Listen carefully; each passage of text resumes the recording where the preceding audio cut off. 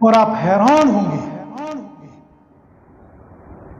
پتہ نہیں مجھے کہنا بھی چاہیے یا نہیں کہنا، لیکن چونکہ بی بی سی کی رپورٹ ہے کہ یہ جو لڑکے اور لڑکے تھے یہ مزدور نہیں تھے، یہ ملازم نہیں تھے، بلکہ یہ سٹوڈنٹ تھے، یہ طالب علم تھے، یہ سکولوں اور کالجوں کے بیک سائیڈ میں جا کر سارے نشہ کیا کرتے تھے. کیونکہ حضرت مفتی فیض الوحید صاحب رحمت اللہ علیہ میرے اور آپ کے درمیان میں نہیں رہے ورنہ گواہی دیتی. بی بی سی نے اپنی رپورٹ میں کہا کہ جموں کشمیر کے اندر لاکھوں لوگ منشیات کے اندر مبتلا ہے، اور ان لاکھوں لوگوں میں سے 1 لاکھ صرف مستورات کی ہے. جموں کشمیر کے غیور مسلمانوں، یہ دلی کی رپورٹ نہیں ہے، یہ ممبئی کی رپورٹ نہیں ہے، یہ لندن کی رپورٹ نہیں ہے، یہ آپ کے جموں کشمیر کی رپورٹ ہے. جس جموں کشمیر کو اولیاء اللہ کی آموزگاہ بتایا جاتا ہے، جس وادی کشمیر کو اولیاء کا گھر بتایا جاتا ہے، جس وادی کشمیر میں 700 سادات آئے، نبی کے خاندان کے 700 افراد نے اپنے گھر کو خیرآباد کیا، اپنے ملک کو خیرآباد کیا، اپنی اولاد کو خیرآباد کیا، آپ کے وطن عزیز میں آئے، اور آج آپ کے وطن عزیز کی حالت یہ ہے کہ 1 لاکھ لڑکیاں شراب نوشی کے اندر اور جوا نوشی کے اندر مبتلا ہے. اور یہ میری رپورٹ نہیں ہے، اس لیے اگر مولوی بتاتا ہے تو مولوی کو کہتے ہیں امس کیم چھوڑ یم خبر بڑھیا. یہ ساری دنیا بتاتی ہے منشیات سے روکو، منشیات سے بتاؤ، لیکن اسی رپورٹ کے اندر ایک لڑکی بیان دے رہی ہے.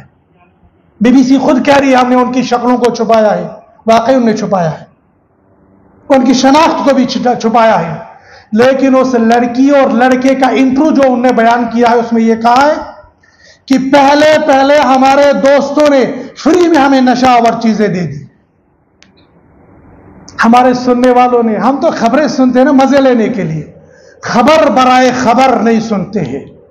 خبر کو سننا ہے برائے خبر سنو، خبر کو پڑھنا ہے برائے خبر پڑھو، پھر اس پر تجزیہ کرو، اس پر غور و فکر کرو ہو کیا رہا ہے. یہ اس لڑکی اور لڑکے کے بیان ہو سکتا ہے آپ میں سے بہت ساروں نے سنا ہوگا، نہیں سنا ہوگا واپس جا کر دیکھنا. بی بی سی کی اردو کی ویب سائٹ 30 اگست کا انٹرویو سن لینا.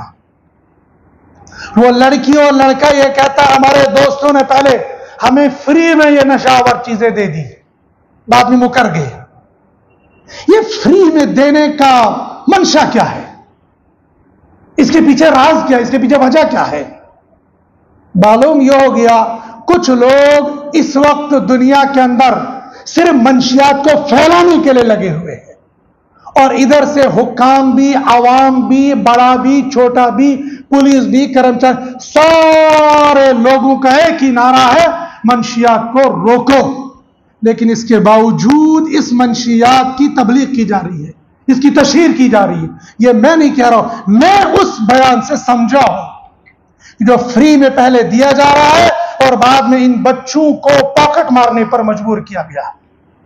لڑکی نے بی بی سی کے سامنے یہ تو بتا دیا کہ ہم نے چوری نہیں کی، لیکن جو اس نے خدشات کا اظہار کیا، ارے ماں باپ کو دھوکہ دے کر پیسہ لیا، یہ تو چوری سے بھی زیادہ، یہ تو ڈاکہ ہے، یہ تو رہزنی ہے ماں باپ سے. پھر ان کے بعد جو کچھ تھا اس نے خود کہا ہے کہ جو اتنی قیمتی چیزیں ہمارے پاس تھی ہم نے بیچی شروع کر دی. پھر ہمارے گھر والوں کو پتا چلا، لڑکے کا بیان ہے میں نے سلنڈر کر دیا، میں نے گھر والوں کو بتا دیا مجھ سے غلطی ہو رہی تھی، مجھے ریہیبلیٹیٹ کیا گیا، میں کچھ واپس آ گیا.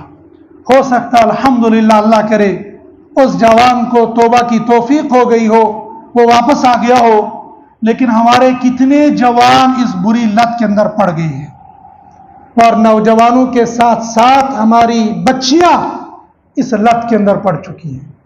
اور آپ حیران ہوں گے، پتہ نہیں مجھے کہنا بھی چاہیے یا نہیں کہنا، لیکن چونکہ بی بی سی کی رپورٹ ہے کہ یہ جو لڑکے اور لڑکے تھے یہ مزدور نہیں تھے، یہ ملازم نہیں تھے،